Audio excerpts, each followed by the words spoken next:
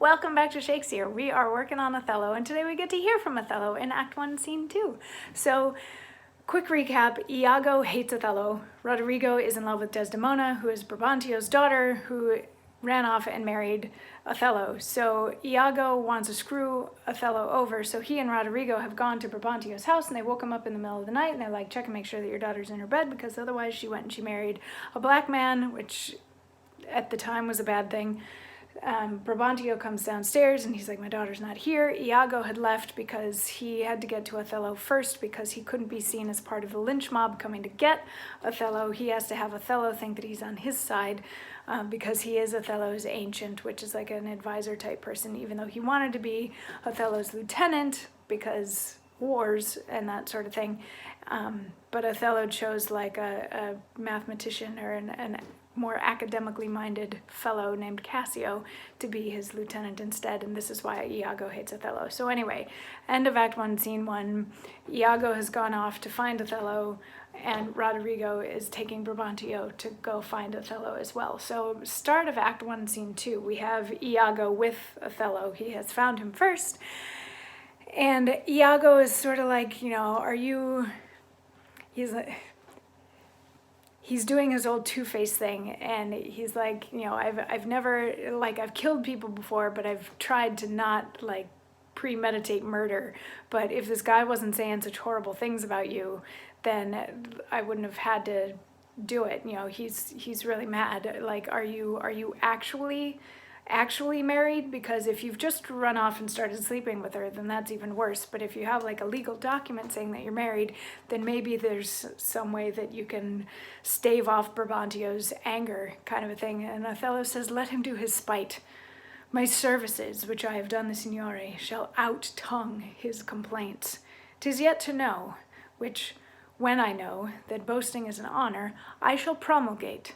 I fetch my life and being from men of royal siege, and my demerits may speak unbonneted to as proud a fortune as this that I have reached. For I know, Iago, but that I love the gentle Desdemona, I would not my unhoused free condition put into circumscription and confine for the sea's worth.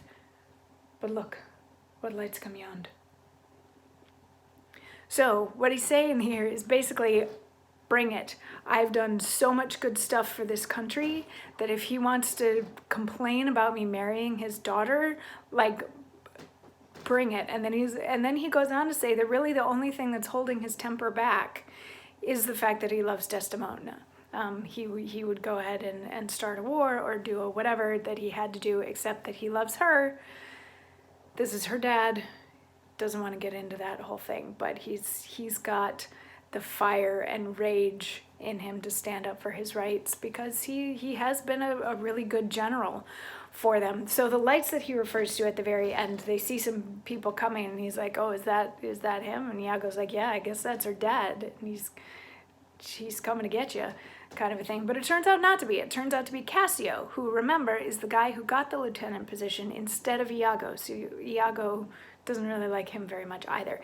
But Cassio comes in and he's like, Othello, everybody's been looking for you because there's a war brewing in Cyprus and we need you to go and fight it. Like, specifically, we need you to get on a boat, like, right now and go to Cyprus. So there's like 3 groups of people out looking for you to try to find you, to get you to go to Cyprus and fight this war. And Othello's like, well, it's a good thing you found me. Let me go get my stuff.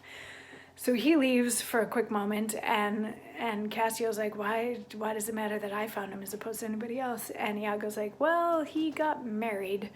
And he's like, married to who? And right as that question doesn't get answered, Othello comes back into the scene, and Brabantio and his crew come back into the scene, and everybody draws their swords at each other because they're all really hyped up on testosterone, I guess. And then tomorrow we get a monologue from Brabantio about why he has so much testosterone right now, I guess. Yeah, we'll dig further into that one tomorrow. I'll see you then.